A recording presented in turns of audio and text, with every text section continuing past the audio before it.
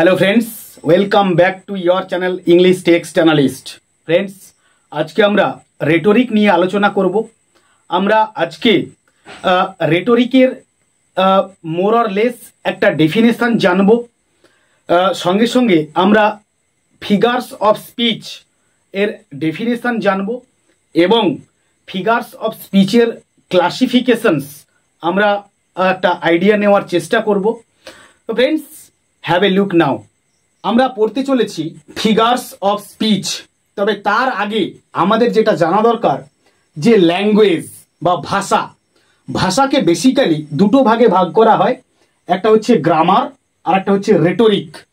Grammar হচ্ছে for correctness in writing as well as speaking, অর্থাৎ লেখা এবং কথা বলার মধ্যে যে একটা সঠিক একটা ব্যাপার নিয়ে আসার জন্যে।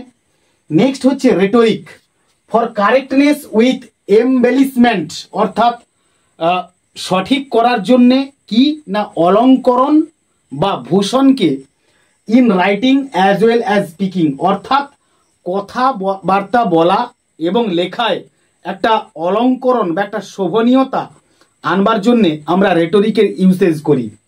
আমরা এবার দেখে নেব যে ফিগার্স অফ স্পিচের একটা ডেফিনেশন বলা হচ্ছে the rhetorical ornaments in which simple and correct statements are clothed are called figures of speech. অর্থাৎ রেটোরিক্যাল অর্নামেন্টস যে সমস্ত অলঙ্করণগুলো করা হয়, in which simple and correct statements are clothed, আর যেগুলো দিয়ে সহজ সরলভাবে আমাদের বিবৃতি বা আমাদের কথাবার্তাগুলোকে সাজানো হয়, are called figures of speech, আর তাদেরকেই বলা হয় ফিগার্স অফ স্পিচ। নেক্সট আমরা ফিগার্স অফ স্পিচের ক্লাসিফিকেশনসগুলো একটুখানি দেখে নেব। দেখো ফ্রেন্ডস, আমার কাছে দুটো বই রয়েছে ফিগার্স অফ স্পিচ বা রেটরিক প্রোসোডির উপর। আমি বলছি, তবে তার আগে আমার কাছে elements of English rhetoric and prosody Bose and Sterling, Bose এবং স্টার্লিংয়ের লেখা এই বইটা আমার কাছে রয়েছে। আরও একটা বই আমার কাছে রয়েছে কল্যাণনাথ দত্ত, শ্রীভূমি পাবলিকেশনের। তোমরা দেখতে পাচ্ছ নিশ্চয়ই কল্যাণনাথ দত্তের বই। তো আমি যখন কলেজে পড়তাম তখন প্রথমে এই বইটা কিনেছিলাম। তার আগে আমি এই বইটা কিনেছিলাম, তো এটা আমার কাছে ততটা সহজবোধ্য মনে হয়নি। এটা হচ্ছে সম্পূর্ণ একটা স্টুডেন্ট ফ্রেন্ডলি একটা বই। তোমরা এখান থেকেও দেখতে পারো অথবা ভিডিও থেকেও দেখতে পারো। আমি মোর অর লেস ডেফিনেশনস এবং এক্সাম্পলস এই কল্যাণনাথ দত্তের বই থেকে নিয়েছি।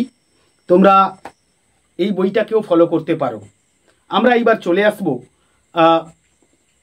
যে ফিগার্স অফ স্পিচের ক্লাসিফিকেশন যে 7 ভাগে ভাগ করা হয় তার প্রত্যেকটা ভাগ আমরা একটুখানি দেখে নেব। দেখো, প্রথমেই আমরা পাচ্ছি figures based on similarity.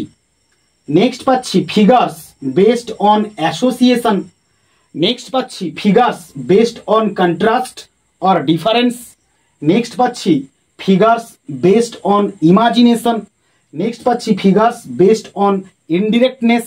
Next পাচ্ছি figures based on sound, and finally পাচ্ছি ফিগার্স বেসড অন কনস্ট্রাকশন। তো প্রথমেই আমরা চলে আসব ফিগার্স বেসড অন সিমিলারিটি। আমরা বেসিক্যালি এখানে 5 ভাগে ভাগ করেছি। প্রথমেই পাচ্ছি সিমিলি বা উপমা। নেক্সট পাচ্ছি মেটাফর বা রূপকালঙ্কার। নেক্সট পাচ্ছি অ্যালিগরি বা রূপক বর্ণনা। নেক্সট পাচ্ছি প্যারাবল বা নীতিগর্ভ রূপক কাহিনী, অ্যান্ড ফাইনালি পাচ্ছি ফেবল বা উপকথা বা পৌরাণিক কাহিনী। তো নেক্সট আমরা নাম্বার 2তে চলে আসব, ফিগার্স বেসড অন অ্যাসোসিয়েশন। আমরা এটাকে 4টে ভাগে মোটামুটি ভাগ করেছি বা জানবো। প্রথমেই পাচ্ছি মেটোনিমি বা লক্ষণার্থক শব্দ। নেক্সট পাচ্ছি সিনেকডকি বা অর্থালঙ্কার বিশেষ। নেক্সট পাচ্ছি ট্রান্সফার এপিথেট অর হাইপ্যালেজ বাক্যালঙ্কার বা গুণ পরিতৃপ্তি বিশেষ। অ্যান্ড ফাইনালি পাচ্ছি অ্যালিউশন বা পরোক্ষভাবে উল্লিখিত বিষয়। তো এইবার আমরা নেক্সট চলে আসবো 3 নম্বরে, ফিগার্স বেসড অন কন্ট্রাস্ট। আমরা বেসিক্যালি এখানে 7 ভাগে ভাগ করেছি, একটুখানি দেখো। অ্যান্টিথেসিস বা বিরোধালঙ্কার বা বিরোধাভাস। নেক্সট পাচ্ছি এপিগ্রাম, মানে হচ্ছে ব্যঞ্জনাপূর্ণ শ্লেষ। নেক্সট পাচ্ছি অক্সিমোরন, মানে হচ্ছে বিরোধাভাস। নেক্সট পাচ্ছি ক্লাইম্যাক্স, মানে হচ্ছে অনুলোম বা চরম পরিণতিমূলক। নেক্সট পাচ্ছি অ্যান্টি ক্লাইম্যাক্স, মানে ক্লাইম্যাক্সের ঠিক বিপরীত। আর নেক্সট পাচ্ছি প্যারাডক্স, অর্থাৎ দুটো কথা একই সঙ্গে সত্য এবং মিথ্যা। অ্যান্ড ফাইনালি পাচ্ছি কনডেন্সড সেন্টেন্স। আমরা নেক্সট চলে আসবো number 4, figures based on imagination. আমরা বেসিক্যালি এখানে 6টা ভাগে ভাগ করব। প্রথমেই আমরা পাচ্ছি পার্সনিফিকেশন বা মূর্ত করা বা ব্যক্তিরূপে প্রকাশ করা বা রূপায়িত করা বা ব্যক্তি সত্তার আরোপ করা। এবার তোমরা এখানে বলবে যে বাংলা লেখার কারণ কি? বাংলা লেখার একটাই কারণ হচ্ছে অনেকগুলো বাংলা অর্থের মধ্যে পুরো ডেফিনেশনটা লুকিয়ে রয়েছে। তো এগুলো যদি আমরা মনে রাখতে পারি তাহলে আমাদের ডেফিনেশনটা ভাবতে অনেকটা সুবিধে হবে এবং মনে রাখতেও সুবিধে হবে। নেক্সট আমরা পাচ্ছি অ্যাপোস্ট্রফি, মানে হচ্ছে আহ্বান। নেক্সট পাচ্ছি প্যাথেটিক ফ্যালাসি, বাক্যালঙ্কার বিশেষ বা গুণক পরিতৃপ্তি। নেক্সট পাচ্ছি পার্সোনাল মেটাফর। নেক্সট পাচ্ছি ভিশন বা দর্শন বা দৃষ্ট বস্তু। অ্যান্ড ফাইনালি পাচ্ছি হাইপারবোল বা অতিশয়োক্তি। তো এইবার আমরা চলে আসবো 5 নম্বরে, ফিগার্স বেসড অন ইনডিরেক্টনেস। আমরা বেসিক্যালি এখানে 4টে ভাগে ভাগ করব। একটা হচ্ছে এনান্ডো, মানে হচ্ছে শ্লেষ বা কটাক্ষ বা বক্রোক্তি। নেক্সট হচ্ছে আয়রনি বা ব্যজস্তুতি, মানে হচ্ছে নিন্দাচ্ছলে স্তুতি বা স্তুতিচ্ছলে নিন্দা। নেক্সট পাচ্ছি পেরিফ্রেসিস অর সার্কামলোকিউশন, যেটা হচ্ছে রাউন্ড অ্যাবাউট এক্সপ্রেশন বা ঘোরানো উক্তি, যেটা কিনা 18th সেঞ্চুরিতে ব্যবহার করা হতো। আর ফাইনালি পাচ্ছি ইউফেমিজম, মানে হচ্ছে ঘুরিয়ে কথা বলা বা কঠিন কথাকে কোমলভাবে বলা। তো এটা হচ্ছে ইউফেমিজম। তো এইবার আমরা নেক্সট চলে আসবো number 6, figures based on sound. আমরা 4টে ভাগে ভাগ করব বেসিক্যালি এখানে। প্রথমেই আমরা পাচ্ছি পান অর প্যারানোমেসিয়া, মানে হচ্ছে সমচ্চারিত ভিন্নার্থক শব্দ। নেক্সট পাচ্ছি অনোমেটোপইয়া, বস্তুর ধ্বনি অনুকরণে গঠিত শব্দ। নেক্সট পাচ্ছি অ্যালিটারেশন বা অনুপ্রাস। আর ফাইনালি পাচ্ছি অ্যাসোনেন্স। তো ফাইনালি এবার আমরা চলে আসবো number 7, figures based on construction. আমরা বেসিক্যালি এখানে দেখে নেব। দেখো, প্রথমেই আমরা পাচ্ছি ইন্টারোগেশন বা সম্বোধনালঙ্কার। নেক্সট পাচ্ছি এক্সক্লামেশন বা চিৎকার করে কোনো কথন বা উক্তি। নেক্সট পাচ্ছি যুগ্মা, যেটা কিনা গ্রামারের ক্ষেত্রে প্রযোজ্য হয় বা গ্রামাটিক্যাল একটা ইউসেজ এখানে দেখতে পাবো, যুগ্ম অর্থাৎ 2। নেক্সট পাচ্ছি হেন্ডিয়াডিজ, মানে হচ্ছে বাক্যালঙ্কার বিশেষ, যুগ্মার মতোই এটাও একটা। নেক্সট পাচ্ছি লিটোটেস, মানে হচ্ছে বৈপরীত্য খণ্ডনপূর্বক বা নেগেটিভকে দিয়ে পজিটিভ কোনো কিছু কথা বলা।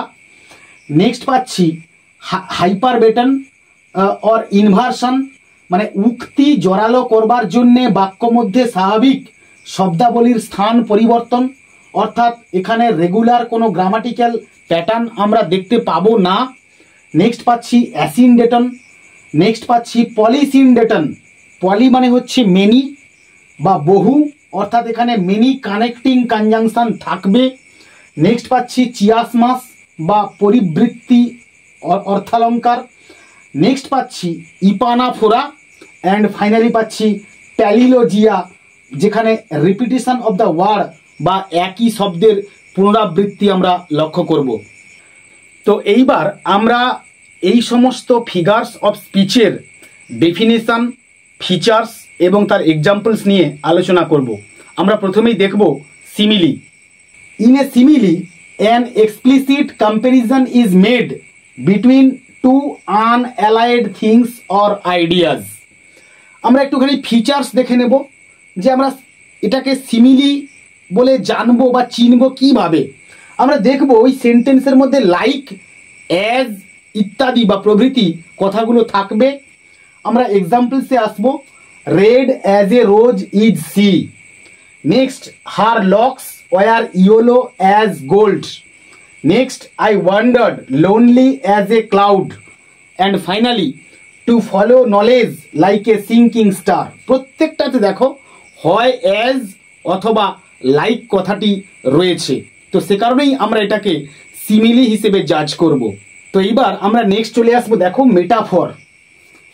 আমি এই মেটাফর নিয়ে বহুবার আলোচনা করেছি টেক্সট পড়াতে গিয়ে, তোমরা জানো, তবু আরেকবার আলোচনা করছি। দেখো, in a metaphor an implied comparison is made between two different things or ideas. আমরা এখানে ফিচার্স লিখিনি, কারণ দুটো জিনিসের মধ্যে তুলনা বোঝাবে, এটা পরিষ্কার। তোমরা এক্সাম্পলে আসলে বুঝতে পারবে। আমরা এক্সাম্পলসগুলো একটুখানি দেখবো। দেখো, the camel is the ship of the desert. উটকে মরুভূমির জাহাজ বলা হয়, তো ক্যামেলের সঙ্গে শিপের তুলনা হয়েছে। Next, he is the pillar of the state. তিনি হলেন এই রাজ্যের মানে একদম পিলার, যিনি সব কিছু ধরে রেখেছেন, তো হির সঙ্গে পিলারের তুলনা হয়েছে। Next, I will drink life to the lees. এখানে জীবনকে লিজ মানে হচ্ছে সেডিমেন্ট, মানে পান করার সঙ্গে তুলনা করা হচ্ছে। আর finally, the curfew tolls the knell of parting day, এখানেও একটা তুলনা টানা হয়েছে। ফ্রেন্ডস, এখানে প্যারাবল, ফেবল, অ্যালিগরি এগুলো রয়েছে, এগুলোর খুব একটা প্রয়োগ বা অ্যাপ্লিকেশান আমরা দেখতে পাই না, তো সে কারণে আমরা আর আলোচনা করছি না, তোমরা জানো মোর অর লেস। আর আজকের ক্লাস আমরা এখানেই রাখবো। এই কাজ কিংবা এই ক্লাস যদি তোমাদের কাজে লেগে থাকে, তোমরা যদি এটা নিয়ে উপকৃত হতে পারো, তো অবশ্যই আমার চ্যানেলটাকে সাবস্ক্রাইব করো এবং একটা লাইক অবশ্যই দিও। এবং পরের ক্লাসে দেখা হচ্ছে এর নেক্সট পার্ট নিয়ে। ততক্ষণ পর্যন্ত keep watching my channel, keep smiling and stay blessed.